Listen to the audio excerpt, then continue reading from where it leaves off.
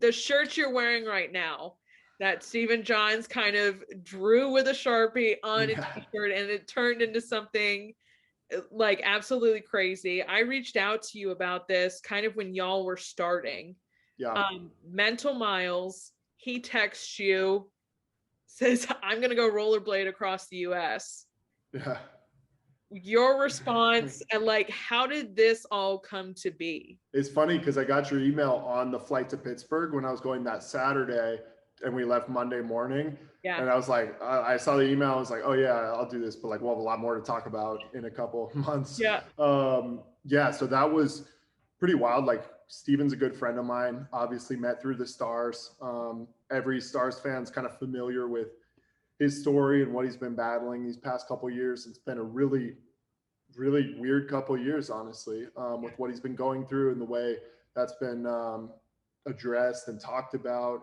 So, I mean, we had talked about it and we always knew, obviously, I knew there was a bigger story here. And at Yeah. some point post retirement, he's going to want to tell his full side of the story Yeah. because there's no time for that, like while he's still a Right. player and stuff. So I let him know that, and he appreciated it and was like, we'll talk down the road. And Yeah. then we had honestly been brainstorming a summer trip and talking about maybe going to national park, hanging Yeah. out, doing something.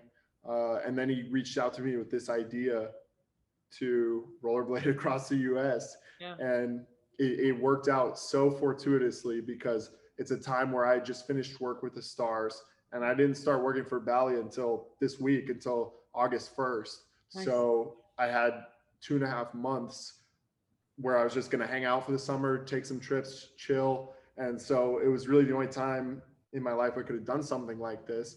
I was like, all right, I have 4 weeks. Like I can do it in that amount of time. And so, yeah, he reached out to me with that idea. I flew up to Pittsburgh 5 days later, and then we left 2 days after that on June 14th. So it was crazy the way it came together. And then it was not something we ever, I mean, anyone can tell, like we didn't put any effort on the front end into Right. like branding it or Yeah. doing anything with like partnerships or anything, because Yeah. it was something we wanted to do where we're like, we're going to shoot this documentary to tell his story Right. and we're going to have a fun road trip.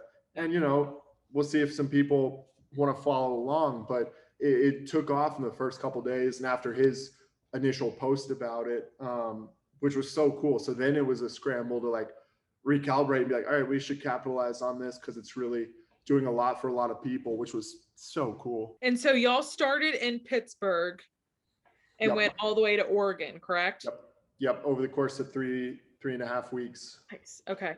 And I think the coolest thing about hearing about this was not only what was the overall rollerblading through states, but it was kind of the pointed out the conversations you and Steven had at night. Like that's a lot of time you guys are spending together and a lot of time that you're just sitting and listening to each other. From a mental health standpoint, like was there a moment where you're like, okay, this is what mental health actually really is like actually listening to people? Like did it give you a bigger Yes, meaning to mental health? completely. And one of the big takeaways that we've both mentioned is how important having tough conversations is, because I mean, in that amount of time, I had conversations with him that I've never had with my friends of 20 Yeah. years. And it's just something that like, you go on a road trip, you go on a trip with your buddy and you don't get into this stuff. Like it's all very surface Yeah. level and fun. And this was truly, we got into it and it was incredibly healthy in that regards. And Yeah. I think it was Mike Heika with the Stars that like, imagine you're doing a profile of someone as a journalist, you're profiling a subject and you spend 23 days within 5 to 10 feet of them at all times. Like, how are you going to better be able to tell their story while traveling to all the places that kind of shaped them, like starting in their hometown, going to their college, their first minor league hockey team in Rockford, Right. staying with their billets in junior hockey. Like Yeah. it was just, I mean, journalistically, like you can't really get something like that. And then on the mental health side, we truly embrace that mantra of like, have tough conversations. Yeah. And it's like, it was like a connecting of the dots right there. And it's just like, and it just kept going. Y'all went to some like the Badlands, y'all went to Yellowstone. I mean, it was really like following along on his journey, which was really cool to see from like start to finish.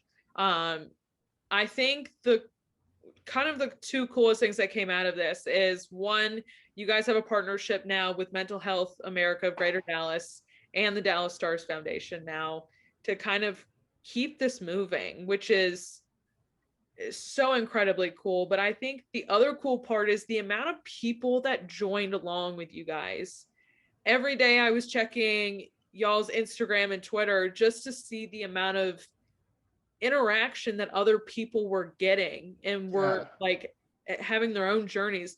Was that surprising to you guys, the amount of interaction that was happening? Yeah, that was the first thing that was surprising was, and like when we branded it Mental Miles, that ended up becoming kind of the perfect slogan to encourage people to like get your own mental miles, and people really embraced that, and that was cool. And then on the other side was the amount of people that just sent DMs to Steven, like telling him their story and really opening up, and um, the importance and value that they took from someone, from a pro athlete sharing their struggle was just so incredible. Like, I mean, he got thousands and thousands of messages of people who loved seeing someone with his platform talk about what Yeah. they themselves had experienced. And so that was the part that was truly overwhelming. And I mean, he would spend like almost every day, like dedicate some time to at least just shooting back a really quick message, Yeah. because that's the stuff that really made it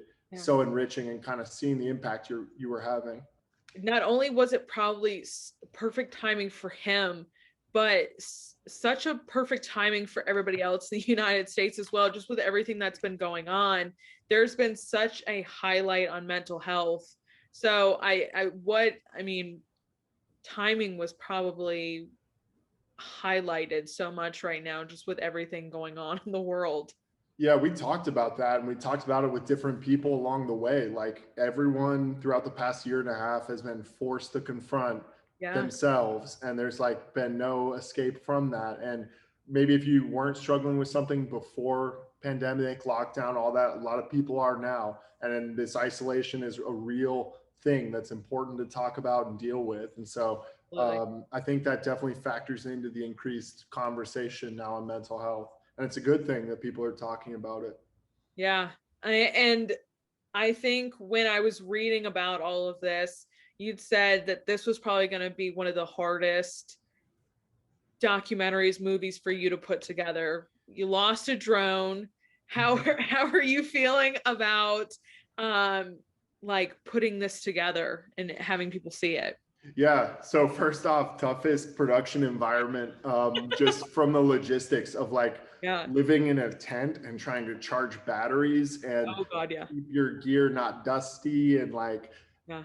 I'm such a like, I'm so worried about gear staying clean and Yes. stuff, Yes. like that it was just, you lose all of that because there's no chance Right. to separate to a sterile work environment. So that took some abandonment on my end. But then on the second part of that's the, now on the back end editing, Yeah. like I'm having to relive some of these kind of difficult Yeah. moments, and it's important that they're in there and we talk through it. And Yeah. he's very honest in the way he tells his story, and it's just tough to have to like rewatch your friend going through this Right. again on camera.